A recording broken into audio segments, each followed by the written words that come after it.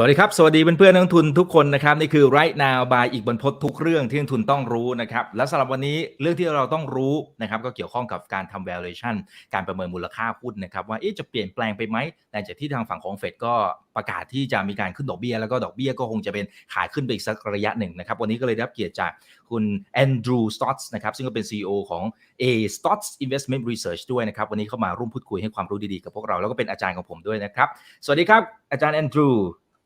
Thank you for joining us tonight. Good to see you. Good to see you again. Okay. All right. Let me start with the question of the mistakes of the people. So, from your experience, what would be the most mistake being made by the investors in the market in terms of making the valuation of the stocks and stuff like that? I mean, I think the biggest mistake is that when we value stocks, we value them to infinity.Right? When you own a stock, you own the rights to its profits and dividends to infinity. And most people don't see that. And so they start to get overly excited about when times are very negative or when times are very positive. And so it causes people, for instance, right now, when interest rates were super low, they use a very, very low discount rate in their valuation.But they forgot the fact that they need a discount rate that's an average from here to infinity. So stock prices actually, the value of stocks doesn't change that much.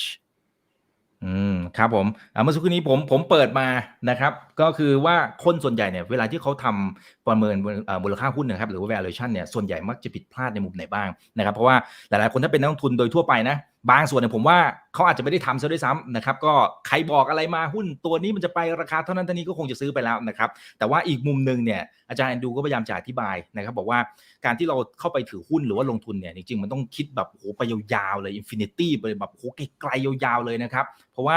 ถ้าเราเข้าไปลงทุนเนี่ยมันก็เหมือนกับว่าเราเป็นเจ้าของในบริษัทนั้นๆนะครับเพราะฉะนั้นเราต้องคิดกันแบบยาวๆแต่ว่าข้อผิดพลาดของคนส่วนใหญ่ที่เป็นนักลงทุนรายย่อยก็คือว่าเราอาจจะคิดเหมือนกับว่าในกรอบระยะเวลาสั้นๆในกรอบนึงนะครับพอมันมีอะไรที่มันเหมือนกับว่าเข้ามากระทบในระยะสั้นๆเช่นเรื่องของการขึ้นดอกเบี้ยเป็นต้นนะครับเนี่ยมันก็เลยทำให้หลายคนตกกระจายพอตกกระจายก็อาจจะขายหุ้นออกมาอะไรต่างๆมันเป็นน้อยนะครับมันเป็นสิ่งที่กวนใจในระยะสั้นๆทั้งที่จริงๆถ้าเราคิดเป็นแบบภาพยาวๆเช่นรวมถึงทางด้านของตัว discount rate ด้วยเวลาที่ทำ valuation เนี่ยก็ต้องดูนะครับว่าไอ้ตัว discount rate เป็นเท่าไหร่ไอ้ก่อนหน้านี้หลาย10ปีเนี่ยมัน super low มันต่ำเตี้ยเลี่ยดินติดดินแบบโอ้โหมันนานมากๆแล้วคนก็อาจจะเคยชินในภาพนั้นนะครับแต่ว่าเราก็ไม่ได้คิดนะครับว่าเฮ้ยอนาคตเนี่ยมันกำลังจะเป็นขาขึ้นเล็กๆละไอ้ตรงนี้มันก็อาจจะมีผลอยู่เหมือนกันนะครับเดี๋ยวผมทักทายผู้ชม common mistake that people make yeah sure another very common mistake that people are making right now is that they say let's just take long-term interest rates in America are 3% for government bonds let's say 10-year 30-year government bonds so then you look at the inflation today and inflation is running at let's say 6-8%. So you would say that inflation today at 6-8%, government bonds at 3%, you're not being compensated for inflation. Right. Exactly. Right? Because you want inflation incorporated in that interest rate, in that risk-free rate. But the reality is that remember, it's for the next 10 to 30 years. The term of the bond is 30 years. You're looking at getting compensated for the next 30 years inflation rate. So most people are looking at historic or recent inflation and a forward interest rate for, let's say, 10 years or 20 or 30 years in the U.S. government bonds. And they don't realize that, yeah, it is possible that at 3% you are being compensated for, let's say, 1.5% inflation.Because over the next 30 years, it could average that, even though inflation is 8%, let's say right now. ครับเมื่อกี้อาจารย์ดูก็พยายามจะพูด point ที่2นะครับว่าสิ่งที่คนส่วนใหญ่มักจะทำข้อผิดพลาดมันมีอีกมุมหนึ่งด้วยนะครับซึ่งมันเกิดจากตัวอัตราผลตอบแทนอันนี้เป็นการยกตัวอย่างนะครับอัตราผลตอบแทนของพันธบัตรรัฐบาลสหรัฐอเมริกาซึ่งปกติในทาง finance ก็ถือว่ามันrisk free rate นะครับคือมันแทบจะไม่มีความเสี่ยงอยู่แล้วเพราะอเมริกาเขาเป็นมหาอำนาจอะไรว่านไปนะครับดังนั้นในเชิงของทางการเงินก็จะเอาตรงนี้มาคิดนะครับเพียงแต่ว่าณตอนนี้สิ่งที่เราเห็นคือทางเงินเฟ้อโอ้โห 6-8% น่ะไอ้อย่างรอบล่าสุด 8.6% เดี๋ยวสัปดาห์หน้าสัปดาห์ที่จะถึงนี้ก็คงจะประกาศอีกนะตัวเลข CPI เดี๋ยวไม่รู้จะไปเท่าไหร่เหมือนกันนะครับก็คาดว่ามันก็น่ายังสูงอยู่นะครับแต่ในขณะเดียวกันพอหันไปดูพันธบัตรรัฐบาลเอ้าเฮ้ยมันแค่ 3% เองเหรอนะครับนั่นแปลว่าอะไรนั่นแปลว่ามันยังไม่พอกับไอ้ตัว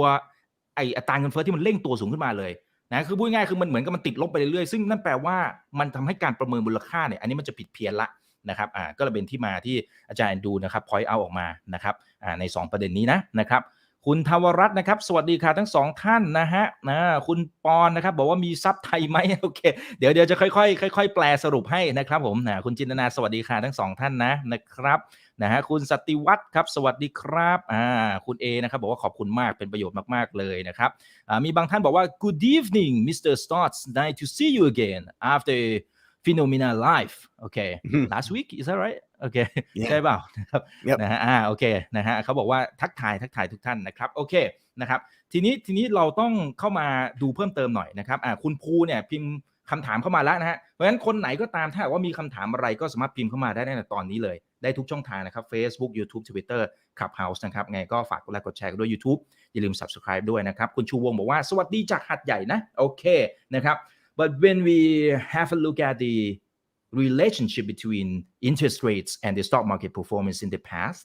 well sometimes in the past they move together as in like in the first phase which is 1957 to 1981 but afterwards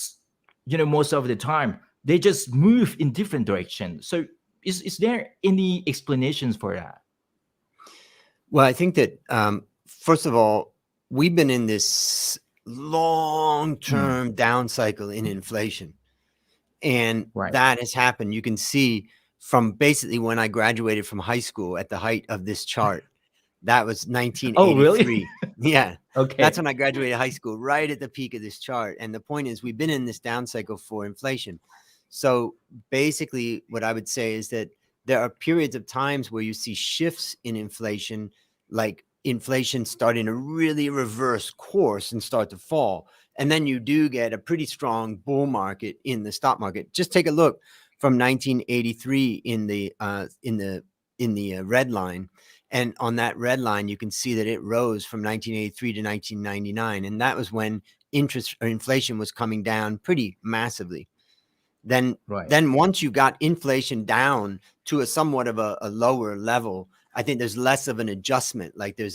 in the beginning, if it goes from large or high inflation down, there's a big adjustment in the market. And then as it gets lower and lower, I think there's less of an impact on the market, though still an impact. Lower inflation means higher stock market generally. ครับอันนี้เป็นข้อมูลตั้งแต่นู้นเลยนะฮะ1957นะครับโอ้โหคือมันกี่ปีไม่รู้คือบวกเลขไม่ถูกแล้วนะครับคือนานมากๆเอามาให้เห็นภาพเฉยๆนะครับว่าบางช่วงเนี่ยทางด้านของอัตราเงินเฟ้อนะครับแล้วก็รวมถึงอัตราดอกเบี้ยเนี่ยนะครับแล้วก็ตลาดหุ้นเนี่ยมันไปด้วยกันนะครับตั้งแต่ในอดีต1957ถึง1981นะครับแต่ว่าหลังจากนั้นเนี่ยมันภาพตรงข้ามละนะครับซึ่งอาจารย์แอนดรูนะครับก็แซวตัวเองด้วยนะครับบอกว่าเนี่ยเรียนจบตอนประมาณช่วงที่มันพีคอัตราเงินเฟ้อพีคก็ประมาณสัก1981อันนี้ไปบวกกันเอาเองนะอาจารย์อายุเท่าไหร่นะครับแซวเล่นนะครับอันนี้แซวอาจารย์แซวตัวเองนะครับบอกว่าตรงนั้นเป็นจุดที่จบพอดีเลยนะครับทีนี้สิ่งที่เราเห็นก็คือว่าในอดีตมันไปด้วยกันนะครับแต่ว่าไอ้ตอนที่มันเป็นช่วงเปลี่ยนผ่านเนี่ยไอ้ตรงแถวๆนั้นเนี่ยช่วงประมาณสักปลาย1980ปลายๆเนี่ยนะฮะมันจะเห็นการเปลี่ยนผ่านละที่อัตราเงินเฟ้อนะครับแล้วก็รวมถึงอัตราดอกเบี้ยเนี่ยตอนก่อนอันนี้มันพุ่งปรี๊ดนะครับหลังจากนั้นมัน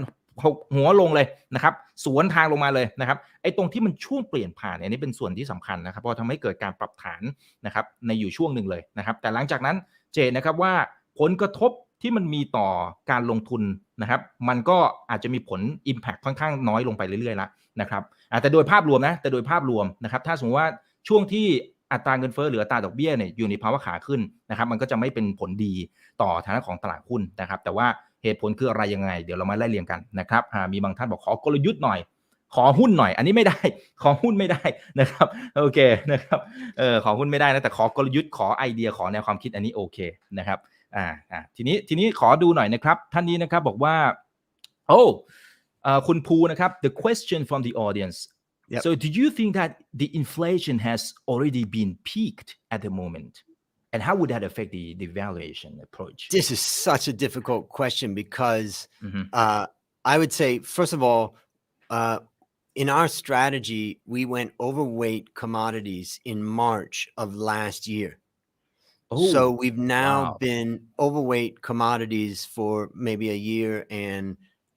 3 months, right? So Right. 15 months. So we've been riding this commodity wave.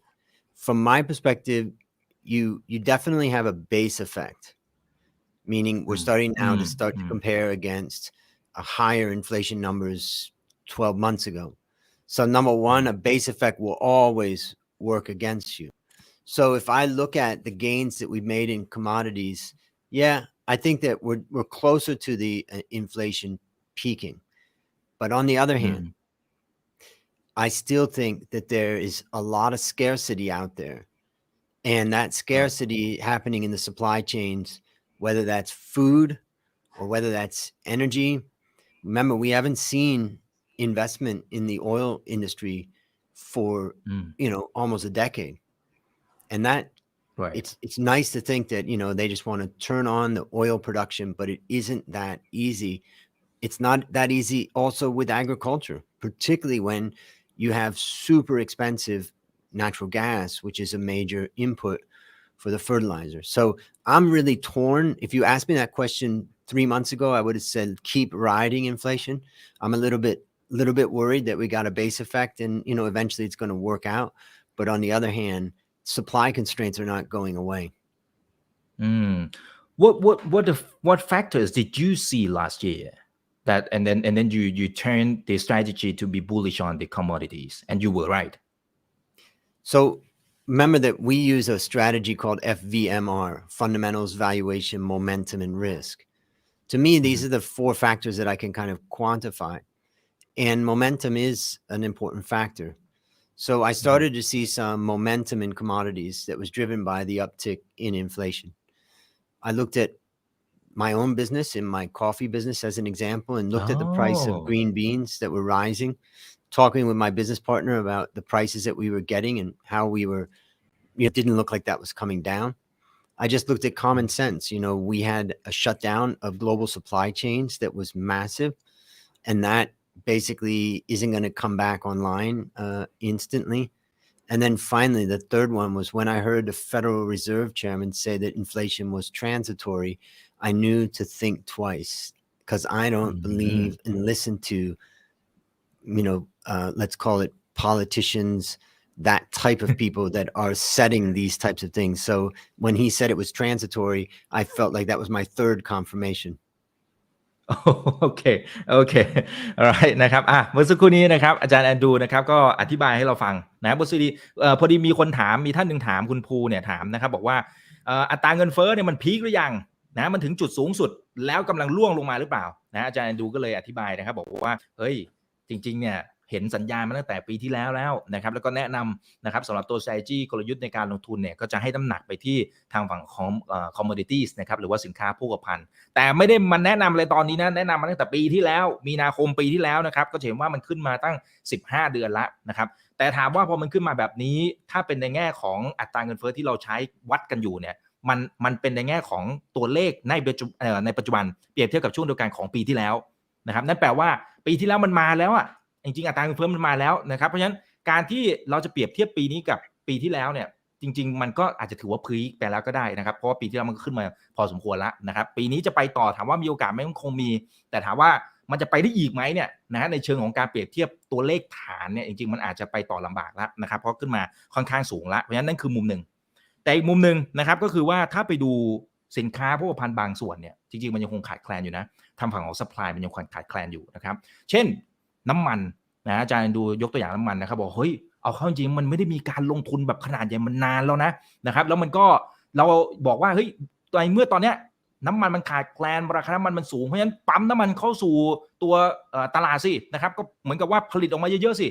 คือพูดง่ายนะครับแต่ว่าชีวิตความจริงมันไม่ได้ง่ายอย่างนั้นนะครับมันไม่ได้เหมือนกับเปิดสวิตช์ปุ๊บโอ้โหน้ำมันจะออกมามันต้องมีการลงทุนขุดเจาะนู่นนี่นั่นมันต้องใช้ระยะเวลาเพราะฉะนั้นไอ้ตรงเนี้ยมันอาจจะเจอประเด็นปัญหาตามมานะก็เป็นไปได้นะครับแต่ว่าไม่ใช่แค่น้ำมันอย่างเดียวมันมีสินค้าโภคภัณฑ์อื่นๆอีกนะครับที่มีลักษณะคล้ายๆกันด้วยเพราะฉะนั้นตรงเนี้ยมันก็ยังต้องชั่งน้ำหนักอยู่นะครับตรงมันพีคจริงหรือเปล่านะฮะอาหารอันนี้ก็จะเป็นอีกหนึ่งประเด็นเช่นเดียวกันนะครับพลังงานอันนี้ก็เป็นอีกหนึ่งประเด็นนะครับว่าตกลงมันพีคหรือยังนะครับเพราะมันยังคงขาดแคลนอยู่นะครับยังไม่นับเรื่องของ supply chain ต่างๆด้วยผมก็เลยถามอาจารย์ดูต่อไปว่าเฮ้ย แต่ทำไมภาพในวันนี้เนี่ยอาจารย์ดูมองถูกนะเพราะมันขึ้นมาตั้ง15เดือนละหมายถึงพวกสินค้าโภคภัณฑ์นะครับแล้วไอ้ตอน15เดือนที่แล้วเนี่ยมองเห็นอะไรนะครับทำไมถึงกล้าฟันธงแบบนั้นนะครับอาจารย์บอกว่าสิ่งที่ทำอยู่นะครับมันมีอยู่หลายส่วนนะครับทั้งในเรื่องของการทำ valuation นะครับดูจากปัจจัยพื้นฐานดูโมเมนตัมอะไรต่างๆนะครับแล้วก็เจอนะครับแฟกเตอร์ว่าเฮ้ยสินค้าโภคภัณฑ์น่าจะมานี่คือ15เดือนที่แล้วนะคือปีที่แล้วนะครับอันนี้คือประเด็นที่1นะครับประเด็นที่2คืออาจารย์ดูจริงๆมีอีกหมวกหนึ่งที่ทำธุรกิจคือ Coffee Works is that right Coffee Works rightโอเคนะครับเพราะฉะนั้นทำธุรกิจที่เกี่ยวข้องกับกาแฟนะปีที่แล้วเนี่ยนะครับสังเกตเห็นพอคนที่ทำธุรกิจเนี่ยจะเห็นว่าเฮ้ยทำไมราคากาแฟมันแพงหูฉี่เลยนะคือมันแพงมากๆเลยนะฮะแล้วก็พอคุยกับ business partners นะครับหรือเพื่อนๆพันธมิตรอะไรต่างๆเฮ้ยมันขึ้นมาจริงนะฮะมันขึ้นมาจริงเพราะฉะนั้นถ้าไปดู global supply chain มันมีปัญหานะครับเพียงแต่ว่าโอเคคนที่อยู่นอกวงการอาจจะไม่รู้สึกนะครับอย่างเราถ้าเป็นคนดื่มแล้วก็รู้สึกว่าเฮ้ยทำไม Starbucks เขาแอบขึ้นราคานะบาท2บาท3บาทอะไรอย่างนี้นะครับเพราะว่าส่วนหนึ่งมันเป็นเรื่องของ supply ตรงนี้ที่มีปัญหาด้วยนะครับทีนี้ประเด็นที่3นะครับก็คือทางฝั่งของพี่เฟดคุณเจอร์มพาเวลนะครับบอกว่ามัน transitory ปีที่แล้วนะครับบอกว่าอัตราเงินเฟ้อมันเป็นเพียงแค่เหตุการณ์ชั่วครั้งชั่วคราวนะครับซึ่งอาจารย์ดูบอกว่าเฮ้ยถ้าคนแบบนี้มาพูดเนี่ยอันนี้ต้องระวังละเพราะมันจะมีเรื่องของการเมืองนักการเมืองอะไรต่างๆเนี่ยนะครับถ้ามาพูดในลักษณะแบบนี้มันเป็นการคอนเฟิร์มละนะครับบอกว่าไม่ชั่วคราวหรอกนะครับอันนี้ของจริงนะครับโอเคอันนี้ก็เป็นข้อสังเกตนะครับก็เลยทำให้ฟันธงนะครับตั้งแต่ปีที่แล้วนะครับ and what is Powell and Yellen saying right now? There's not going to be a recession. Oh, so it's happening, right? So my feeling is that I would bet that there's going to be a recession, and that is a potential of why commodities may stop. That's really why commodities are underperforming right now, is people are starting to anticipate a recession. So they're saying, okay, demand for commodities is going to slow. So it's a short-term thing. I would say that it's very hard at this point. It was more conclusive when I was going into commodities than it is right now. So I'm going to stay into my commodities overweight position for a while. I'm going to reevaluate it in about a month, and let's see where it is. But as of right now, I'm going to stay in that, saying that we still have the tightness in supply, and we still are going to probably have prices going through the supply chain. So I'm going to keep that bet on right now, but I do think there's a risk. I do think it's very likely that we are going to go into recession. And then it's just a question of, does that mean that the fall in demand is enough to offset the fall in supply that we've seen over the last couple of years due to the pandemic and other factors? Right. That's a good point นะครับเมื่อสักครู่นี้นะครับบอกว่าคุณโจมพาเวลเนี่ยมองว่าต่างเงินเฟ้อชั่วคราวนะครับสุดท้ายมันไม่ชั่วคราวนะครับทีนี้เมื่อสักครู่นี้คุณอาจารย์อันดูก็เลยบอกว่าเฮ้ยแต่ล่าสุดเนี่ยเริ่มมีคำพูดใหม่ๆแล้วบอกว่าเฮ้ยเศรษฐกิจมันไม่ recession หรอกนะครับเพราะฉะนั้นก็เลยเป็นคำตอบนะครับบอกว่าเฮ้ยมันมีโอกาสนะถ้าคนที่อยู่ในตำแหน่งเนี่ยเขาพูดแบบนี้เนี่ยเราอาจจะต้องเหมือนกับว่ามีคิดซ้อนลงไปนิดนึงนะครับว่าจริงๆเขาพูดตามความเป็นจริงหรือเปล่านะครับหรือว่าเขาพูดบนพื้นฐานอะไรอย่างไรนะครับซึ่งพอเป็นแบบนี้แล้วมันก็อาจจะมีผลกระทบต่อสินค้าโภคภัณฑ์ได้เหมือนกันนะครับเพราะว่ามันก็เป็นในตลาดโลก demand และ supply โอเค supply มีปัญหาหลายปีละนะครับตั้งแต่วิกฤตโควิดนะในปัจจุบันก็เป็นเรื่องของ global supply chain นะครับแต่ว่าทางฝั่งของ demand ระยะยาวก็ไม่แน่เพราะถ้ามันมี recession จริงนะเศรษฐกิจถดถอยจริงความต้องการมันก็คงจะหดตัวลงไปมันก็เลยเป็นเหตุผลว่าทำไมในช่วงเวลาเนี่ยเดือน2เดือนเนี้ยนะครับมันถึงปรับฐานสินค้าโภคภัณฑ์ถึงปรับฐานลงมานะครับแต่มันก็ต้องไปชั่งน้ำหนักกันในภาพเช่น1เดือนจากนี้ไปหรือปีหน้าต้องมาประเมินกันใหม่เหมือนกันนะครับว่าถ้ามันเกิด recession จริงถ้ามันเกิดภาวะเศรษฐกิจถดถอยจริง demand ที่มันลดเนี่ยมัน offset มันชดเชยกับทางฝั่งของ supply ที่มันขาดแคลนได้หรือเปล่านะฮะอันนี้เป็นเครื่องหมายคำถามอยู่นะครับโอเคนะครับ so when we have a look at the impact of the growth stocks from the upcycle of the interest rates, it has a huge impact when we compare to the value stocks. What is the explanation for that? I mean, value has just been out of favor for a long time, but I don't think that it's necessarily growth versus value. What I think it is tech versus the rest of the market, keeping in mind that the top 6 tech companies accounted for about 30% of the total profits of the U.S. stock market. That is amazing. 6 stocks about, I don't know, now it's probably, let's say 20% roughly of the profits of the overall market. So I think it was more of a tech outperformance than growth versus value. So that's where I think that now we have some tech is facing some risks. And as tech starts to come down in profitability, you've seen a huge derating. Look at Facebook down at 16 times or so right now, PE. It's unbelievable the derating that's happened there. So I think that tech has been the major thing, and they definitely have been a growth, sector, but it's tech versus the rest of the market from my perspective. โอเคนะครับทีนี้เมื่อกี้ผมก็ raise ไปประเด็นใหม่นะครับบอกว่าแต่เท่าที่สังเกตดูนะครับในช่วงที่มันเป็นภาวะตลาดดอกเบี้ยขาขึ้นอะไรก็ตามนะครับคนส่วนใหญ่เนี่ยก็จะเห็นนะครับว่าหุ้นเติบโตเนี่ยมักจะถูกปรับฐานนะครับค่อนข้างจะแรงเมื่อเปรียบเทียบกับหุ้น value อะไรต่างๆนะครับนะฮะแต่ว่าอาจารย์แอนดรูก็บอกว่าเฮ้ยจริงๆถ้ามองลึกๆเนี่ยมันจะเป็นหุ้นเทคนะมันเป็นหุ้นเทคโนโลยีซึ่งเห็นหุ้นเทคโนโลยี6ตัวเนี่ยนะแฟงสต็อกว่างั้นเถอะนะครับเฮ้ยอัตราการทำกำไรเนี่ยมันคิดเป็นสัดส่วนประมาณ1ใน3 30% ตอนนี้มันอาจจะเหลือ 20% ของทั้งตลาดหุ้นอเมริกานะฮะ dominate นะครับโดยหุ้นแค่6ตัวนะครับดังนั้นตรงนี้มันก็เลยเป็นเครื่องหมายคำถามนะครับบอกว่าจริงๆแล้วมันคือเทคหุ้นเทคเปรียบเทียบกับทางฝั่งของหุ้นตัวอื่นในตลาดมากกว่าการที่เราจะมองว่าเป็นหุ้นเติบโตกับหุ้น value นะครับผมนะฮะแล้วก็ในช่วงที่ผ่านมาพออัตราดอกเบี้ยมันเป็นขาขึ้นด้วยนะครับแล้วก็พื้นฐานกำไรมันอาจจะลดลงมันก็เลยทำให้นักลงทุน de-rating นะครับก็คือให้ PE สมมุติอาจจะเคยให้ PE สมมุติ20เท่าอะไรต่างๆนะครับปัจจุบันเหลือแค่เมื่อกี้อาจารย์ดูบอกว่ามัน16เท่าอะไรประมาณนี้นะครับเพราะฉะนั้นมันก็ valuation ก็ลดลงมานะครับโดยทันทีทันใดเลยนะครับนะฮะอันนี้ก็เป็นมุมมองที่เสริมให้นะครับโอเคนะครับเดี๋ยวขอดูหน่อยนะฮะโอเคคุณเจโร่นะครับคุณเจโร่ถามน่าสนใจนะคนไหนอยากจะถามอะไรพิมพ์เข้ามาได้เลยนะครับสวัสดี800ท่านนะครับยังไงฝากกดไลค์กดแชร์กันด้วย YouTube อย่าลืม Subscribe นะครับโอเค why the question from the audience why Warren Buffett still invest in energy sector Occidental petroleum if you know that the recession is coming why he keeps buying Occidental petroleum Okay, so there's a couple of points here. The first thing is that I would say he's betting against ESG, he's betting against renewables.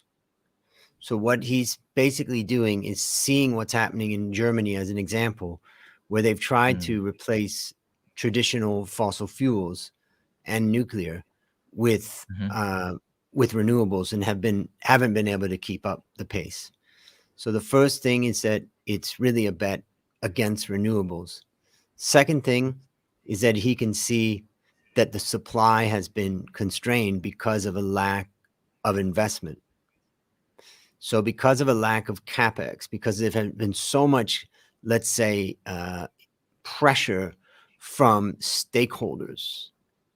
that's coming from the ESG wave, which to me is a very dangerous thing. If you are buying into the ESG story, I think you have some serious risks. So he's betting against that, and he's basically betting that energy producers are going to become valuable again,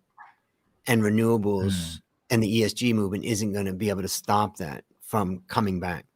So I would think that that's part of it. I mean, look at the railways. Basically, when he bought into the railways, he was basically saying that, look, this is the major, you can't really easily compete against a railway. You can't easily compete against a energy company. And all of a sudden, if renewables isn't replacing fossil fuels, and if we have wars that cause problems, people may go back to oil and, oil exploration. ครับผมเมื่อสักครู่นี้นะครับคุณเจโร่ถามมาน่าสนใจนะครับบอกว่าก็ถ้าสมมุติว่ากังวลว่าเศรษฐกิจจะถดถอยเนี่ยทำไมคุณปู่วอร์เรน บัฟเฟตต์ถึงซื้อหุ้นน้ำมันแบบรัวๆนะต้องใช้คำว่ารัวๆนะฮะตั้งแต่ต้นปี 350,000 ล้านเหรียญบาทนะฮะคิดเป็นเงินบาทเนี่ย 350,000 ล้านบาทนะครับก็ถือว่าเยอะมากแล้วก็ยังซื้อแบบเก็บเข้าพอร์ตเรื่อยๆเลยนะครับทุกๆครั้งที่รายงานตัวเลขซะด้วยซ้ำนะครับซึ่งอาจารย์ดูบอกว่าจริงๆคุณปู่อาจจะมองมุมนี้ก็ได้นะมุมนึงเนี่ยมันอาจจะเป็นว่าbet against นะครับคือไม่คิดว่า ESG ทีม ESG จะเกิดขึ้นได้จริงนะครับหรือแม้กระทั่งพลังงานทดแทนไม่ได้คิดว่ามันจะเกิดขึ้นได้จริงซึ่งคนไหนก็ตามที่ลงทุนใน2ทีมนี้อยู่อาจจะต้องระมัดระวังแล้วมันอาจจะความเสี่ยงถามว่าเพราะอะไรดูจาก ทางฝั่งของเยอรมนีก็คงจะเป็นหนึ่งในตัวอย่างนะครับที่ก่อนอันนี้ก็อาจจะสนับสนุนนะครับเรื่องของพลังงานทดแทนอะไรต่างๆนะครับแต่ว่าพอเข้าจริงพอเจอสงครามสุดท้ายนะครับก็ต้องหันกลับไปพึ่งพานะฮะในเรื่องของตัวถ่านหินนะฮะนี่เราคงจะเห็นในข่าวละนะครับหรือแม้กระทั่งตัวน้ำมันต่างๆเพราะไปพึ่งพาทางฝั่งของรัสเซียก่อนอันนี้ค่อนข้างจะเยอะเลยทีเดียวพอมันมีประเด็นตัวเนี้ยนะครับก็เลยทำให้โอ้ไม่งั้นมันเป็นเรื่องความมั่นคงพลังงานก็ต้องกลับไปพึ่งพาตรงนั้นนะครับอีกอย่างนึงนะครับก็เป็นเรื่องของการที่กลุ่มนี้เนี่ยไม่ได้มีการลงทุนแบบใหญ่ๆมันนานมากๆแล้วนะครับเพราะมันส่วนหนึ่งก็เป็นเพราะเรื่องของ ESG ด้วยแหละเรื่องของสิ่งแวดล้อมด้วยแหละนะครับพอมันมีเรื่องประเด็นเหล่านี้นะครับทางฝั่งของผู้ที่เป็นผู้ประกอบการน้ำมันเนี่ยเขาก็บอกเฮ้ยถ้าฉันลงทุนไปซึ่งลงทุนทีนึงเป็นหลักแสนล้านเลยต่างๆเนี่ยนะครับแล้วเท่าถึงวันนึงเนี่ยนะครับเขาบอกว่าจะเหมือนโกลกรีนทุกอย่างมันจะต้องแบบเน้นสิ่งแวดล้อมไปหมดแล้วฉันจะเก็บอะไรผลประโยชน์เนี่ยมันจะคุ้มหรือเปล่าในระยะยาวนะครับก็เลยเป็นที่มาว่าในช่วง10ปีล่าสุดนะครับการลงทุนเนี่ยถือว่าน้อยมากๆนะครับแล้วมันไม่ใช่ว่าเฮ้ยอยากได้วันนี้ปุ๊บดีดนิ้วปั๊บมันสามารถผลิตได้ทันทีไม่ได้เป็นภาพแบบนั้นนะครับก็เลยเป็นที่มาว่าอันนี้คือส่วนหนึ่งนะครับว่าคุณปู่ก็เลยคิดว่าอย่างเงี้ยมีความเป็นไปได้เหมือนกันนะครับว่าทำไมกลุ่มหุ้นน้ำมันเนี่ยถึงน่าสนใจรวมไปถึงตัวที่ไปขุดเจาะอะไรต่างๆด้วยนะครับหรือแม้ทั้งก่อนหน้านี้นะครับก็มีการลงทุนในพวกทางรถไฟนะครับหมายถึงบริษัทที่เกี่ยวข้องกับพวกรถไฟต่างๆเนี่ยนะครับซึ่งอันนี้เราก็คงจะรู้จักกันดีอยู่แล้วนะครับว่าคุณปู่เนี่ยลงมานานมากๆแล้วนะครับซึ่งหลายคนก็บอกว่าเฮ้ยมันน่าจะมีอะไรที่มา disrupt แต่คุณปู่ไม่ใช่นะครับคิดว่ามันจะยังคงอยู่นะครับซึ่งสิ่งที่เราเห็นคืออเมริกาก็ยังคงใช้อยู่นะครับแล้วก็หุ้นที่เกี่ยวข้องก็ยังคงเติบโตด้วยอันนี้ก็เป็นตัวอย่างนะครับ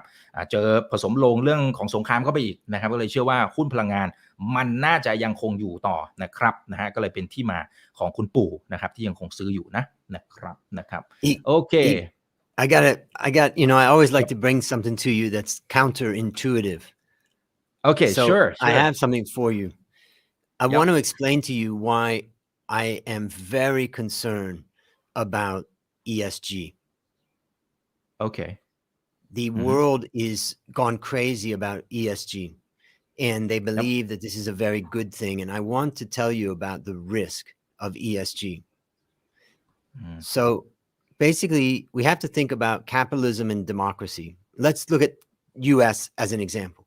These are two separate systems. Capitalism is a system for running the economy, and democracy is a system for running the society. Capitalism fits within a democracy. Capitalism does not run a democracy. A democracy provides the framework or the society for capitalism to operate. Now, if there's a problem in America, as an example, with pollution, whose problem is it to solve? Democracy or capitalism?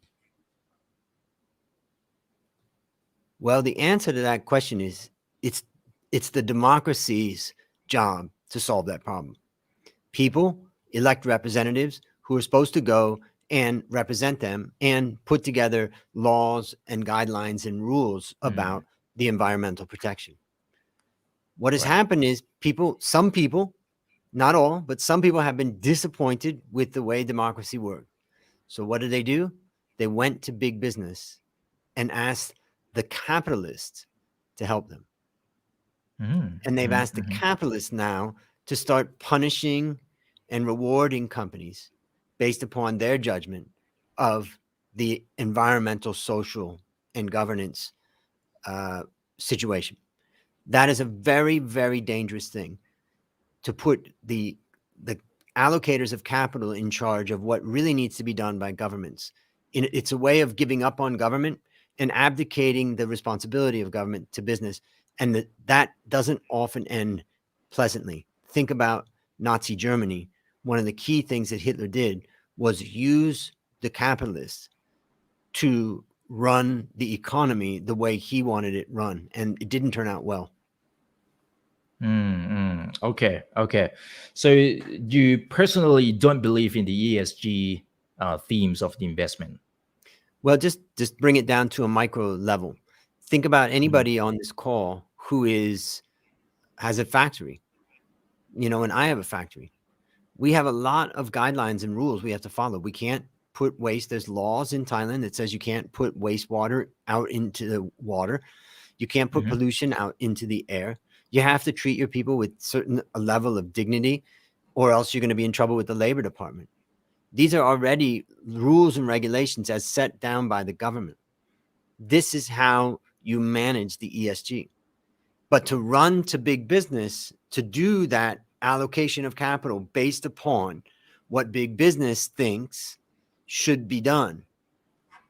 is a dangerous thing to do, in my perspective. โอเคโอ้พอยนี้น่าสนใจมากๆนะครับอาจารย์แอนดรูก็บอกว่าทุกครั้งที่คุยนะครับมันก็อาจจะมีข้อมูลด้านนึงนะครับแล้วอีกแป๊บนึงเดี๋ยวอาจารย์แอนดรูก็จะเอา bring up นะครับเหมือนกับว่าในข้อมูลอีกชุดนึงนะครับที่มาสวนกันหน่อยนะครับจะได้เห็นอีกหนึ่งภาพนะครับเป็นข้อมูลด้านบวกและด้านลบในแต่ละเรื่องนะครับโอเคทีนี้เมื่อสักครู่นี้ ESG หลายคนก็อาจจะเชื่อนะครับบอกเฮ้ยมันคือเมกะธีมนะฮะมันคือเมกะเทรนด์อะไรต่างๆนะครับแต่นะครับอาจารย์บอกว่าเฮ้ยช้าก่อนนะครับเราจะต้องถอยมาดูในภาพใหญ่ๆก่อนนะครับว่าตกลงแล้วเนี่ยมันเป็นความเสี่ยงด้านหนึ่งหรือเปล่านะครับถามว่าทำไมนะครับมีอยู่2คำนะครับก็จะเป็นเรื่องของตัวระบบทุนนิยมนะครับกับทางฝั่งของ democracy นะครับหรือว่าการประชาธิปไตยนะครับการปกครองนะเรื่องของระบบทุนนิยมเอาไว้บริหารจัดการเรื่องของเศรษฐกิจนะครับเรื่องของตัวระบบประชาธิปไตยนะครับก็บริหารจัดการเรื่องของสังคมนะครับถามว่ามันไปด้วยกันไหมจริงๆมันก็ไปด้วยกันแหละนะครับแต่ถามว่าอะไรใหญ่กว่านะฮะอันนี้ก็น่าสนใจนะครับโดยเฉพาะถ้าสมมติว่าเป็นตัวอย่างทางฝั่งของสหรัฐอเมริกานะถ้าสมมติว่ามันมีเรื่องของปัญหามลพิษสิ่งที่เกิดขึ้นคือแน่นอนทางฝั่งของคนที่มีอำนาจทางกฎหมายรัฐบาลแล้วกันอันนี้ที่เราว่ากันนะครับทางฝั่งรัฐบาลนะครับก็จะต้องมีการออกกฎหมายอะไรที่มันเกี่ยวข้องนะครับออกมาควบคุมบริหารจัดการนะครับเรื่องของสิ่งแวดล้อมอะไรต่างๆนะครับแต่แน่นอนมันก็ไปผูกกับทางฝั่งของตัวระบบทุนนิยมอยู่ซึ่งเราก็คงทราบกันดีนะฮะคนที่คุมทุนนิยมนะครับก็คือแบบโอ้โหบริษัทยักษ์ใหญ่อะนะแล้วมันก็จะเกิดการพูดคุยกันเบื้องลึกเบื้องหลังอะไรต่างๆนะครับบอกให้คุณทำอย่างนี้สิให้คุณทำแบบนี้สินะครับแล้วก็ออกกฎหมายมาคุมอะไรต่างๆซึ่งพอยต์ของอาจารย์แอนดรูก็คือว่าการที่คนตัวใหญ่ๆเนี่ยสามารถแทบจะชี้เป็นชี้ตายได้เลยอะไปทางซ้ายไปทางขวาอะไรอย่างเงี้ยอันนี้มันเป็นความเสี่ยงนะมันเป็นความเสี่ยงเหมือนกันนะครับซึ่งเมื่อสักครู่นี้นะครับอาจารย์ก็ยกตัวอย่างนะครับเรื่องของตัวโรงงานอะไรต่างๆนะครับว่าอย่างในเมืองไทยอาจารย์ดูทำ Coffee Works นะครับก็มีโรงงานกาแฟนะครับงั้นมันก็ต้องทำตามกฎหมายอันนี้ก็เรื่องหนึ่งนะครับแต่ถ้าสมมุติว่าเบื้องลึกเบื้องหลังนะระบบบริษัทยักษ์ใหญ่สามารถคุยกันนะครับแล้วก็กำหนดเป็นนโยบายต่างๆเนี่ยอันนี้เป็นเครื่องหมายคำถามเหมือนกันนะครับว่าจริงๆแล้วมันเป็นโอกาสหรือความเสี่ยงในธีมหลายๆธีมแหละนะครับที่มันเกี่ยวข้องนะครับนะฮะ You think about this situation when the social media companies were brought before Congress in America, and very shortly after that, they banned Trump from social media. In other words, the capitalists had more power than the politicians. Then, shortly after that, what did Xi Jinping do in China? He clipped the wings of the tech companies in China as a demonstration that the capitalists were not going to be allowed to be stronger than the political system, the representation ultimately meant to be the representation of the people. So I thought that was an interesting contrast and an example of kind of what was going on. Okay. So anything that related to the policy and stuff like that, so that would be the risk. I just think that the main risk to me is that it's our job as citizens to put pressure on our governments to do the things that we want done. If it's environmental things that we want done, it is our job as citizens to put pressure on our governments to do that. And if our governments don't do that, we need to put more pressure on them or change them. But to then give up on the governments doing it and saying we're going to put that responsibility onto the companies and the allocators of capital, and all of a sudden I'm following the rules, but some guy above me tells me that, well, he wants another standard, a higher standard. In some ways that is not democracy, and it's an arbitrary thing. So I'm very, very cautious about ESG. Okay got your point นะครับ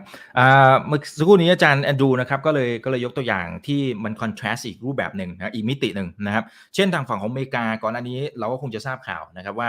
ทางฝั่งของตัวบริษัทยักษ์ใหญ่เนี่ยเขามีการรวมกลุ่มกันเข้าไปพูดคุยกับทางฝั่งของรัฐบาลสมัยทรัมป์สมัยคุณโดนัลด์ทรัมป์นะครับสุดท้ายเนี่ย ทางฝั่งของโซเชียลมีเดียเนี่ยก็ไปแบนเขาใช่ไหมฮะอันนี้คือภาพหนึ่งนะครับนะฮะในขณะเดียวกันถ้าตัดภาพไปทางฝั่งของจีนนะครับประธานาธิบดีก็มีการสั่งการนะฮะจัดระเบียบภายในบ้านของเขาตั้งแต่ปีที่แล้วนะครับแล้วก็สั่งการทำให้บริษัทเทคโนโลยีทางฝั่งของจีนเองก็นะได้รับผลกระทบกันไปตั้งแต่ปีที่แล้วเพราะฉะนั้นมันต่างกันนะครับมันต่างกันแต่อะไรก็ตามที่ทางฝั่งของคนที่มันเกี่ยวข้องกำหนดนโยบายแล้วสามารถถูกมีอิทธิพลโดยใครก็ตามเช่นทางฝั่งของบริษัทยักษ์ใหญ่เนี่ยมันจะมีความเสี่ยงละนะครับคืออาจารย์ดูพยายามจะบอกว่าเฮ้ยถ้าในความเป็นจริงนะสมมุติว่าเราไม่พอใจอะไรหรืออยากให้ประเทศไปทางไหนอยากให้สิ่งแวดล้อมมันไปทางไหนจริงๆมันควรจะเป็นประชาชนนี่แหละที่ไปกดดันทางฝั่งรัฐบาลให้เปลี่ยนไม่ใช่ทางฝั่งของระบบทุนนิยมแต่เราก็เห็นอยู่ว่ามันเป็นยังไงนะครับเพราะฉะนั้นมันก็เลยเป็นความเสี่ยงในการลงทุนนะครับโอเคขอดูหน่อยนะครับเป็นอย่างไรนะมีบางท่านบอกว่าอาจารย์ดูเชียร์ลิเวอร์พูลหรือว่าแมนยูนะฮะโอเคอันนี้นอกเรื่องไม่เกี่ยวกันนะครับ so do you support Manchester United or Liverpool I'm neutral there from the audience. I have a neutral weighting โอเคนะครับเป็นกลางตอบดีมาก that's a good one that's a good answer นะครับนะฮะก็มีคำถามแซวนะครับบอกว่าเชียร์แมนยูหรือลิเวอร์พูลนะครับอาจารย์บอกว่ากลางแล้วกันอยู่เป็นแสดงว่าอยู่เป็นนะครับโอเคขอดูหน่อยนะครับนะฮะอาจารย์ Andrew is it the right time to invest in US stocks that's a question from คุณอัครรัตน์นะครับนะเป็นจังหวะในการลงทุนในหุ้นอเมริกาอย่างโหยลงมาเยอะเหมือนกันI think that the answer is for most of us we're investing for decades. We like to think that we're making smart decisions on a daily or weekly or monthly basis, but ultimately we're investing for decades. And so I think that an investment in US stocks and investment in stocks generally is a very good investment because that's the only real investment that's going to be earning you long-term returns. So the first thing is that you want to stay invested in stocks and US stocks in particular. So then the next question is, should I reduce my weighting and put that money somewhere else? Not should I get out, but just should I reduce? And I think that's kind of the lesson I've learned over the years is don't get extreme, like going in and out. So I'll tell you where my weighting is right now. My weighting is 25% stocks, 25% bonds, 25% commodities, and 25% gold. So what that tells you is that I do have a low weighting in stocks. And so the answer is I would nothing wrong with keeping the weighting low right now in stocks, but don't get completely out. And hopefully my expectation is that we're going to see a market fall that'll be pretty significant. We could be talking somewhere between 10 and 30% more down. That could be coming, but that also provides an opportunity to reverse that 25% weighting and increase it into maybe 50% or 60%. Also, I think that US has been a one-way investment. And maybe a better idea is to focus on global equities, all stocks in the world, not just US.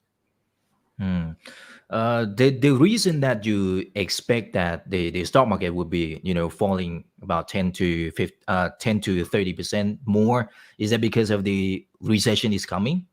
Yeah, the Fed is going to crash the market. Okay. That's the reason why I think that we're going to see the market fall. And what's going to happen is that people are going to wake up and realize that rising interest rates by the Fed is going to cause the economy to slow down, and that's going to cause the market to continue to fall. And so that's where I think, that's where I think that we're headed. Now, the complication is we have an election in November. So that's where I think my assessment is that the Fed's going to have to reverse course and probably start bringing down interest rates in the next 2 months or so. Oh, okay. For the votes.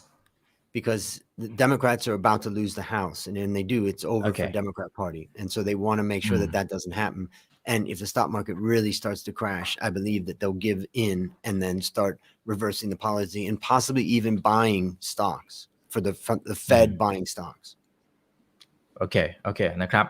เมื่อสักครู่นี้เป็นคำถามนะครับบอกว่าแล้วถ้าทางฝั่งของอเมริกาเนี่ยเป็นจังหวะในการเข้าไปลงทุนหรือเปล่านะฮะคุณแอนดรูบอกว่าให้ดูถอยมาดูในภาพใหญ่ก่อนนะครับบอกว่าถ้าเป็นเรื่องของการลงทุนนะโดยเฉพาะทางฝั่งอเมริกาเนี่ยคำถามคือจริงๆเนี่ยมันจะยังคงต้องลงทุนต่อแหละเพราะว่ากรอบระยะเวลาของการลงทุนถ้าเป็นตามสไตล์ของอาจารย์แอนดรูหรือใครหลายคนก็ควรจะต้องลงทุนแบบนี้คือลงทุนแบบโหหลายสิบปีคือลงทุนแบบทั้งชีวิตว่างั้นเถอะนะครับนั่นแปลว่าจริงๆแล้วเนี่ยไอเนี้ยมันอาจจะเป็นปัจจัยหนึ่งแหละที่เข้ามากระทบในระยะสั้นระยะกลางนะครับแต่คำถามคือเราไม่ต้องเป็นเอ็กซ์ตรีมเราไม่ต้องสุดแบบทุกด้านไม่ใช่ว่าซื้อก็ซื้ออัดเต็มพอร์ตนะครับไม่ใช่ว่าพอตลาดมันแย่ปั๊บก็ขายแบบล้างพอร์ตไม่ได้เป็นแบบนั้นนะครับนั้นมันควรจะต้องมีส่วนหนึ่งที่ลงแต่คำถามสำคัญก็คือว่าลดดีไหมลดน้ำหนักในการลงทุนในช่วงเวลาที่มันมีความเสี่ยงแบบนี้ก่อนไหมนะครับทีนี้สิ่งที่อาจารย์ดูอธิบายต่อบอกว่ามันควรจะลดนะครับเพราะว่าอะไรเพราะว่ามีโอกาสที่ตลาดเนี่ยจะร่วงลงไปอีกประมาณ 10-30% นับจากนี้ไปโอ้โหร่วงมาขนาดนี้แล้วก็หัวใจจะวายแล้วนะฮะอาจารย์บอกว่ามันจะลงไปอีก 10-30% นะมีโอกาสสูงมากเลยนะครับก็เลยถามต่อว่าเหตุผลคืออะไรครับนะฮะอาจารย์บอกว่าก็เฟดนี่แหละธนาคารกลางสหรัฐอเมริกาน่าจะเป็นตัวที่เหมือนกับขึ้นดอกเบี้ยไปเรื่อยๆนะครับแล้วก็จะมีการ crash ตลาดก็จะทำให้ตลาดมัน crash เศรษฐกิจก็อาจจะเข้าสู่ภาวะเศรษฐกิจถดถอยลงมาอะไรต่างๆนะครับเพื่อเป็นการชะลอนะฮะในเรื่องของตัวอัตราเงินเฟ้อด้วยนะครับอันนั้นคือส่วนหนึ่งนะครับแต่นะครับถามว่ามันมีโอกาสที่จะกลับข้างได้หรือเปล่าเฮ้ยมีโอกาสเหมือนกันเพราะเดี๋ยวกำลังจะมีการเลือกตั้งกลางเทอมในช่วงประมาณสักพฤศจิกายนนะครับแล้วอย่างที่เราทราบนะครับว่าตอนนี้คะแนนเสียงของคุณโจไบเดนแล้วก็พรรคเดโมแครตเนี่ยก็ค่อนข้างจะเหมือนกับถอยลงนะครับดังนั้นแปลว่ามันอาจจะมีจังหวะของการถอยเช่นลดดอกเบี้ยหรืออะไรต่างๆนะครับผ่อนคลายอะไรออกมาหน่อยนะครับก็มันเป็นเรื่องของอย่างที่เราทราบแหละมันส่วนหนึ่งมันเป็นเรื่องของโหวตเรื่องของการเมืองมันก็มีส่วนที่เกี่ยวข้องอยู่เหมือนกันเพราะฉะนั้นตรงนี้คือส่วนหนึ่งให้จับตามองให้ดีแต่มันก็อาจจะเป็นโอกาสในการเข้าไปลงทุนได้เช่นเดียวกันนะครับสำหรับตัวพอร์ตที่อาจารย์ดูแนะนำนะครับอาจจะเป็นส่วนตัวที่ลงทุนอยู่นะครับบอกว่าหุ้นสัดส่วนคือ 25% นะครับตัวบอนด์พันธบัตร 25% นะครับสินค้าโภคภัณฑ์ 25% ทองคำอีก 25% ไม่มีคริปโตนะไม่มีคริปโตนะครับนะฮะทีนี้อันนี้คือพอร์ตโดยภาพรวมณปัจจุบันถามว่าหุ้นจะไปลงในทางฝั่งอเมริกาก็ยังลงอยู่นะครับแต่ว่าน้ำหนักเริ่มลดลงมาแต่อยากให้มองแบบภาพ global stock นะฮะก็คือหุ้นทั้งโลกมากกว่านะครับมันมีโอกาสในการเข้าไปลงทุนแล้วถ้าตลาดอเมริกามันร่วงมาแบบนี้จริง 10-30% เดี๋ยวเข้าไปลงทุนหรือให้น้ำหนักทางฝั่งอเมริกาเพิ่มเติมก็เป็นไปได้เหมือนกันแต่ว่าเดี๋ยวรอดูสถานการณ์นะครับ so there is no Bitcoin in your portfolio right now right What I've been saying is that an allocation of Bitcoin between 0 and 3% of your total assets is a reasonable allocation if you're interested. Remember, 0 is for those people that just aren't that interested or knowledgeable, but 3% would be a maximum. That's what I've been talking about for a long time. So nothing wrong if somebody wants to put that in, but you know, it's a disaster. In fact, I was just talking with one of my students who's in university right now and has just told me that he managed to borrow 800,000 baht from the bank and then take that money and invest it in crypto, and he lost it all.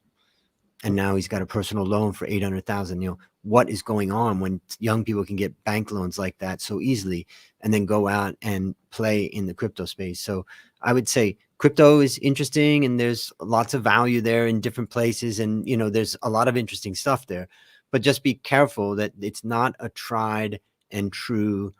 a source of long-term value like stocks. I mean, stocks provide amazing long-term value.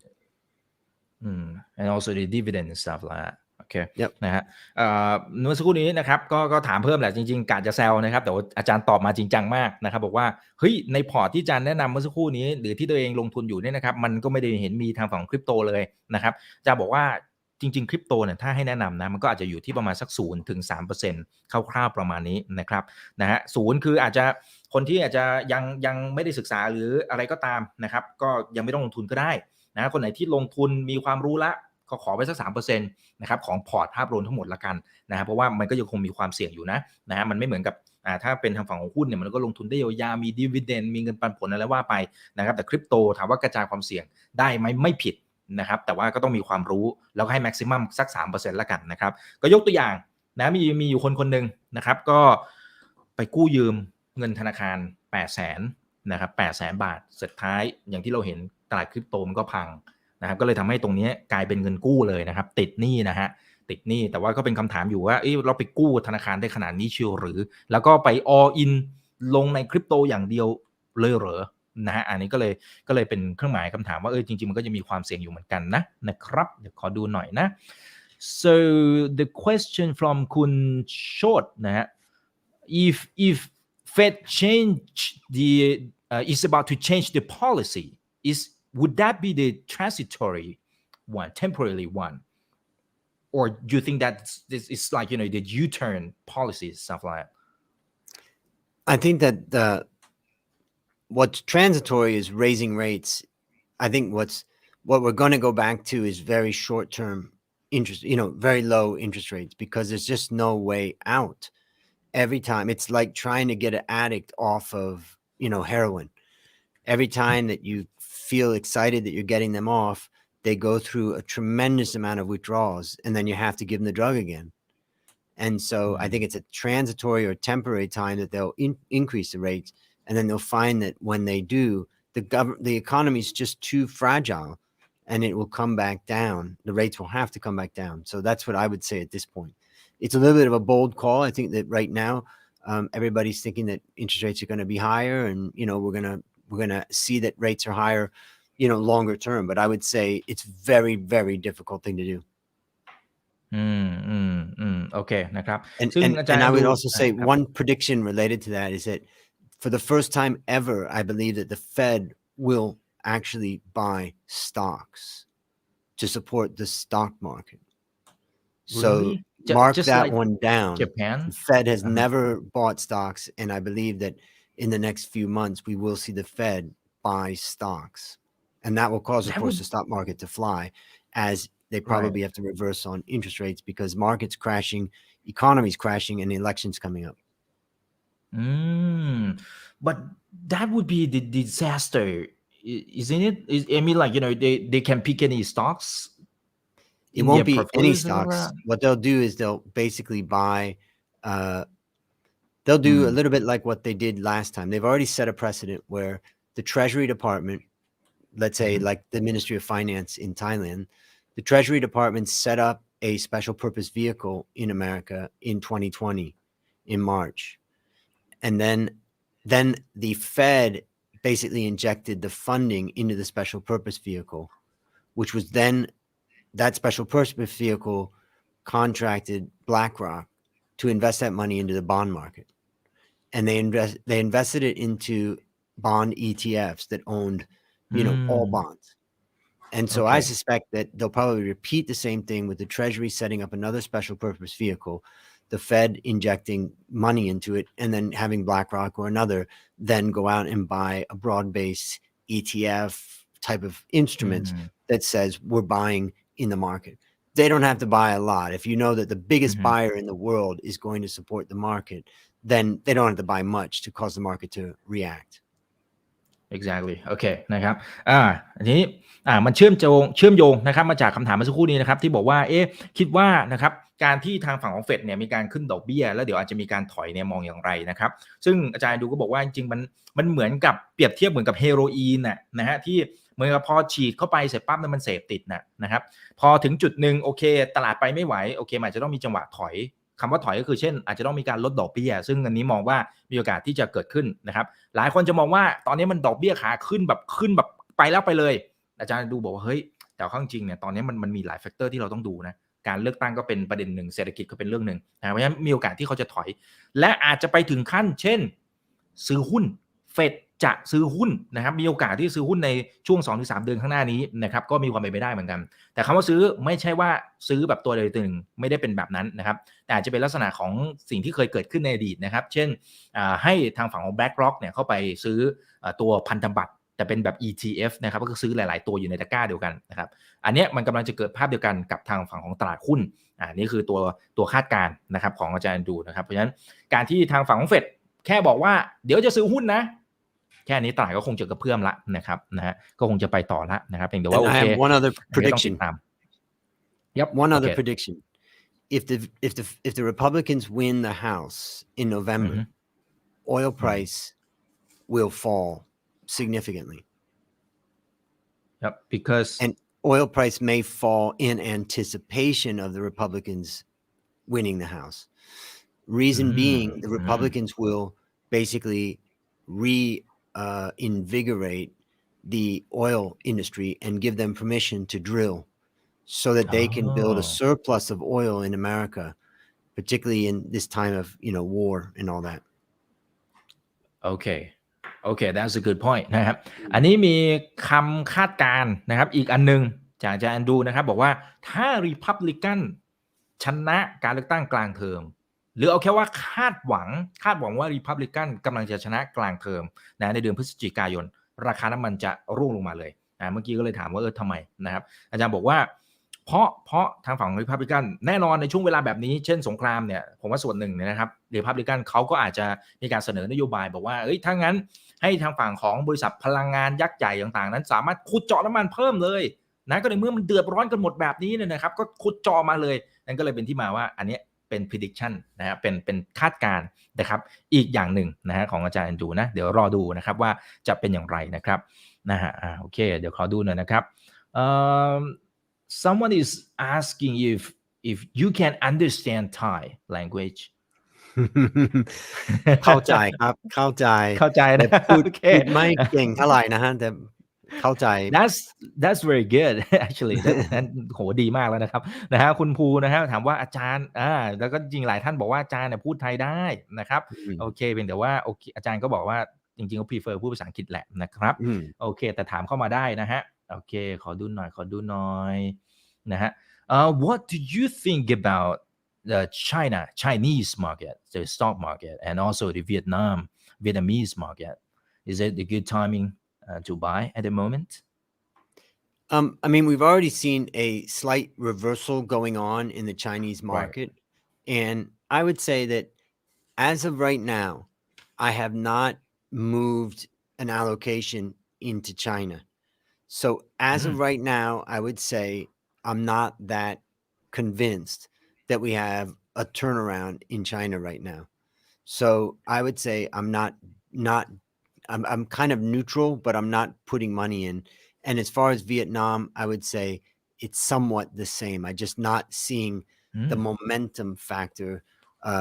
supported by some other factors right now. That could change in the next couple of months, but for right now, I'm not allocating to China or Vietnam.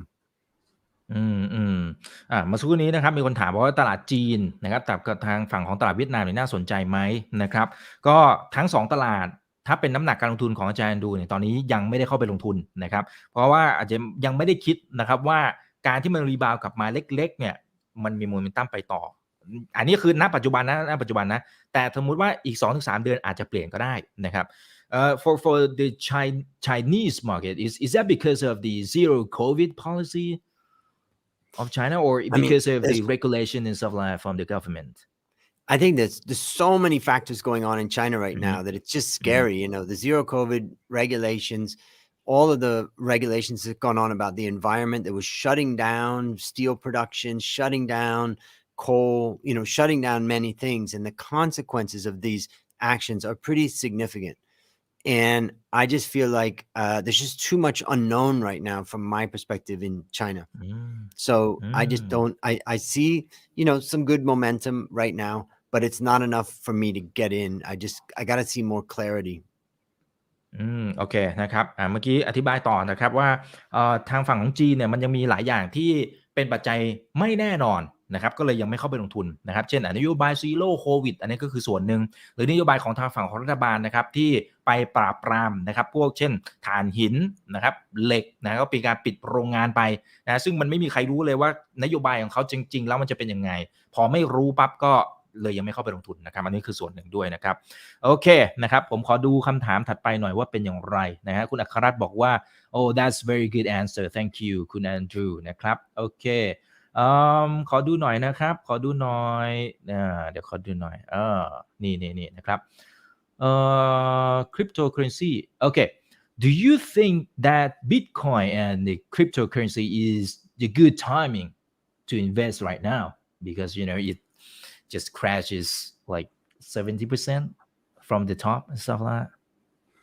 that. The problem about that is that it's very difficult to calculate the valuation of crypto.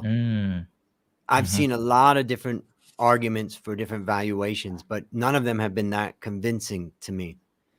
So that leaves us without valuation. Remember, I use FVMR. Fundamentals, it's not really clear how to calculate the fundamentals of crypto. Valuation, it's not that clear for me to see how to value crypto. Momentum, yeah, that's the way to play crypto from my perspective. And risk, well, I think risk is, there's plenty of risk, and that's why I look at a small allocation.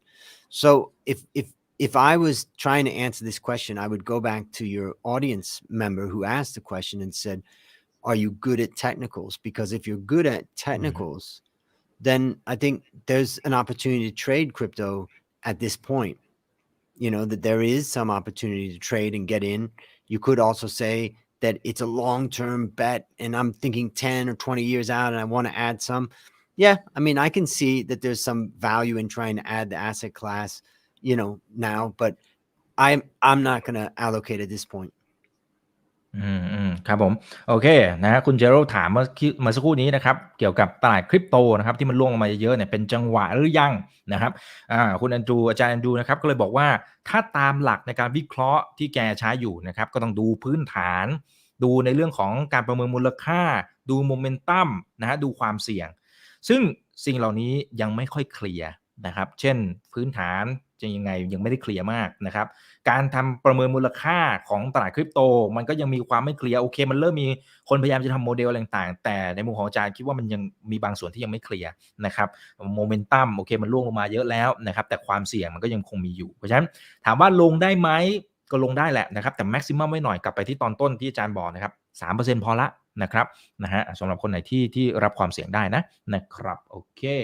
นะขอดูหน่อยว่าเป็นอย่างไรนะแต่ระยะยาวๆถ้าสมมุติว่ามันกลับมาให้มีความน่าสนใจนะครับแล้วพื้นฐานการทำประเมินมูลค่ามันมีความน่าสนใจอะไรก็โอเคคุณจะเพิ่มอะไรก็ว่าไปนะครับแต่ว่าณตอนนี้อันนี้คือคำถามณตอนนี้นะครับ so the next question from คุณ Collins นะครับ what do you think about SET I mean the Thai stock market is it do you see any opportunities in stock market of Thailand from my perspective, Thailand is starting to get, relatively attractive. But right now I'm kind of, let's say I used to be negative on the Thai market. Now I've moved to neutral. So that's my issue right now. I'm not like aggressive in the Thai market because I think you've got interest rates that are going to move the same with the US. I think you do have the possibility of recession. It's very conflicting, right? Part of the reason why I was late tonight, because I was stuck in traffic that I didn't anticipate. Traffic is rising. Maybe things are coming back. But I also know that there's plenty of businesses still struggling. So I'm kind of, torn with Thailand. So I would say right now I'm kind of at a neutral position on Thailand. ครับผมโอเคนะครับเมื่อสักครู่นี้คุณโคลอนนะครับถามว่าเฮ้ยตลาดหุ้นไทยล่ะนะครับช่วยถามอาจารย์ดูให้หน่อยนะครับว่าน่าสนใจไหมนะอาจารย์บอกว่าก่อนหน้านี้อาจจะมองลบนะครับแต่ตอนนี้เริ่มที่จะมองกลางๆยังไม่บวกนะแค่กลางๆนูโตรก่อนนะครับนูโตรก่อนเพราะว่าโอเคตอนนี้ทางฝั่งของประเทศไทยกำลังอยู่ในช่วงของมีแนวโน้มว่าจะขึ้นดอกเบี้ยนะครับอันนี้ก็เป็นส่วนหนึ่งแหละนะครับแต่อีกขาหนึ่งมันก็มีเรื่องดีเช่นตอนนี้เราจะเห็นว่ารถติดในหลายพื้นที่นะครับเพราะฉะนั้นกิจกรรมเศรษฐกิจมันก็อาจจะมาก็ได้นะมันก็เลยเหมือนกับมีทั้งปัจจัยบวกแล้วก็ปัจจัยลบรวมๆกันแต่โดยสรุปคือ neutral นะครับยังไม่ได้เหมือนกับว่ากลับเข้ามาลงทุนอะไรเต็มตัวในตลาดบ้านเรานะ Indonesia, Korea, and Taiwan are the ones that I'm looking at right now, more than Thailand. Okay. Indonesia, Korea, and Taiwan. Okay. Because of the valuation or well, in the case of Indonesia, I'm seeing pretty good momentum and a high ROE. In the case of Korea, it's really valuation. And Taiwan has been high profitability and strong dividend. อ๋อโอเคโอเคนะครับแต่ถามเนี่ยเมื่อกี้ยังไม่ได้ถามแต่อาจารย์ตอบเสริมนะฮะอาจารย์ตอบเสริมนะครับบอกว่าเฮ้ยสิ่งที่มองอยู่ตอนเนี้ยมันมีตลาดทั้งอินโดนีเซียเกาหลีแล้วก็ไต้หวันนะที่เป็น3ตลาดที่น่าสนใจในการเข้าไปลงทุนถามต่อเมื่อสักครู่นี้ว่ามองเห็นอะไรอาจารย์อธิบายต่อนะครับถ้าเป็นทางฝั่งอินโดคือ ROE ตอนเนี้ยเริ่มสูงขึ้นแล้วจริงๆบ้านเรามันลดนะบ้านเราลดแต่ว่าอินโดนะเพิ่มนะครับแล้วก็เรื่องของ valuation ด้วยนะครับถ้าเป็นทางฝั่งของเกาหลีนะครับ valuation คือตอนนี้ถูกมากเพราะก่อนหน้านี้ผมก็จะว่าถูกขายลงมาเยอะเหมือนกันนะครับไต้หวันนะครับไต้หวันเองเนี่ยตอนนี้อัตราการทำกำไรของบริษัทจดทะเบียนกำลังเติบโตมากขึ้นเรื่อยๆนะครับ valuation ก็กำลังดีนะครับเพราะฉะนั้นน่าสนใจในการเข้าไปลงทุนนะโอเคนะครับเราเผลอแป๊บเดียวเราคุยกันก็ประมาณสัก1ชั่วโมงนิดๆละนะครับ so the last question from the audience because we've been discussing like more than an hour. Wow, that's so much fun. Okay. So the another question from คุณเชษฐ์นะครับ do you think there is the black swan is coming? Is the black swan is coming or is already happened? Well, I think that I would like to end the discussion talking just briefly about what's happening with Russia and Ukraine, because I think that there's some risk of a black swan there. The first thing is that don't get confused. This is not a conflict between Russia and Ukraine. This is a conflict between US and Russia. Ukraine is just in the middle of the conflict, unfortunately for them. And basically, the US wants to do everything it can to destroy Russia and Putin.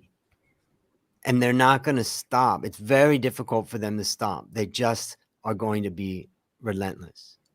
And if we think about a black swan,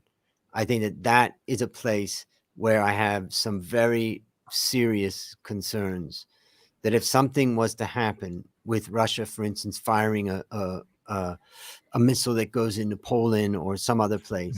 that the US then responds through NATO, and that sets off a black swan event. So I think that's black swan number one. I have a last one that I would say, which is not so much black swan, but just prediction again, and that is we are going to see about 100 million people put into famine because of the shortages in food happening from Russia and Ukraine situation. And almost all of those 100 million people are going to be in Africa. So the next black swan, in my perspective, is a showdown between China and America in Africa. As Africa starves because they are suffering because of this war, they are going to be screaming out for aid as nearly 75 million Africans are vulnerable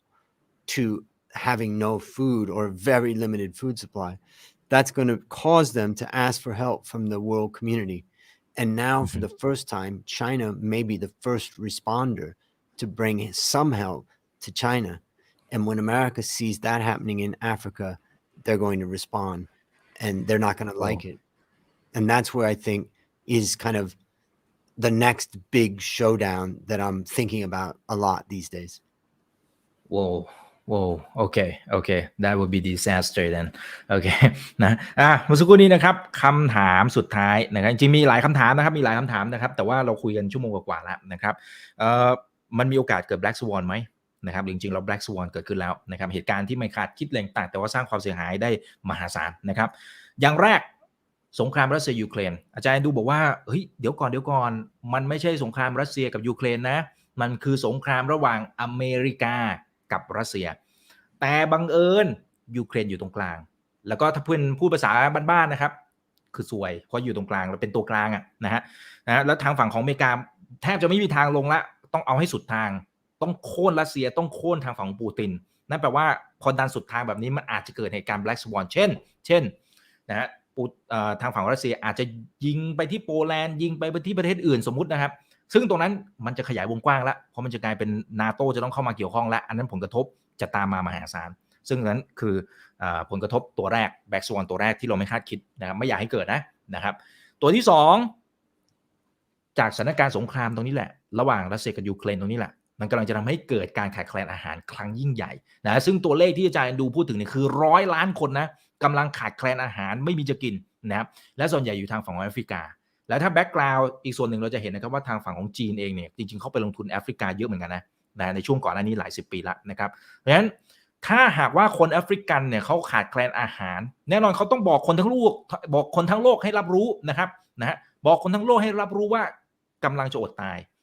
ทางฝั่งของจีนอาจจะต้องยื่นมือเข้ามาช่วยซึ่งถ้าเป็นภาพนั้นมันจะกลายเป็นอีกคู่หนึ่งละอเมริกากับทางฝั่งของจีนซึ่งตรงนั้นไม่อยากจินตนาการว่าอะไรจะเกิดขึ้นนะครับโอเคก็ประมาณนี้นะครับยังไงก็ต้องเตรียมตัวกันให้พร้อมสำหรับทุกสถานการณ์แล้วกันนะครับ Any last words that you would like to say to the audience that are here about 1,000 people right now? Well, the most important thing in investing is setting a very long-term time horizon and setting a framework that works for you and following it. That's what's worked best for me, and I highly recommend that you do that. And so my biggest instructions, and I guess the third thing I would say is that the only place where you're going to get long-term returns that are enough to really compound is in stocks. So don't bring your stock allocations down to zero, but just bring them down and up a bit based upon how you feel. So, those are the things that I would close with. โอเคขอบคุณมากครับ That's a good one นะครับเพราะฉะนั้นคำแนะนำสุดท้ายนะครับที่ฝากให้กับเพื่อนๆนักลงทุนทุกคนนะครับก็คือว่า 1. เน้นลงทุนระยะยาวเราต้องมองกรอบระยะเวลาในการลงทุนแบบ long term แบบระยะยาวนะครับและอย่างที่ 2 ต้องหากรอบหรือวิธีการลงทุน framework ต่างๆที่มันเหมาะสำหรับตัวเรานะครับอาจารย์แอนดูอาจจะเป็นรูปแบบนึงเราอาจจะเป็นรูปแบบนึงก็ได้ไม่ว่ากันแต่ขอให้มีอะไรตัวที่มันเหมือนกับเหมาะกับเรามากที่สุดกับความเสี่ยงที่เรารับได้ต่างๆนะครับแล้วก็แน่นอนนะครับการลงทุนระยะยาวที่อาจารย์แอนดูแนะนำเสมอคือการลงทุนในหุ้นนะครับถามว่าลดไหมช่วงนี้อาจจะลดลงมาหน่อยแต่อย่าล้างพอร์ตนะครับเพราะฉะนั้นเดี๋ยวพอตลาดขึ้นมาเราขึ้นรถไม่ทันละนะครับก็จะทำให้เสียโอกาสไปนะโอเคนะครับก็ประมาณนี้นะครับขอบคุณทุกท่านที่ติดตามกันด้วยนะครับ thank you very much for joining us a lot of people are impressed tonight so we'll see you soon good thank you very much and good to see everybody and good to see you yeah good to see you as well นะครับขอบคุณมากครับขอบคุณทุกท่านที่ติดตามกันด้วยนะครับเดี๋ยวต้องเรียนเชิญอาจารย์ดูเข้ามาร่วมพูดคุยดีๆแบบนี้นะครับให้ความรู้ดีๆกับพวกเราแบบนี้นะครับหลายคนชื่นชอบนะโอเคครั้งหน้าเป็นเรื่องไหนรอติดตามนะครับนี่คือ Right Now by อีกบรรพตทุกเรื่องที่นักลงทุนต้องรู้ค่ำคืนนี้สวัสดีครับฝากกดไลค์กดแชร์กันด้วยครับ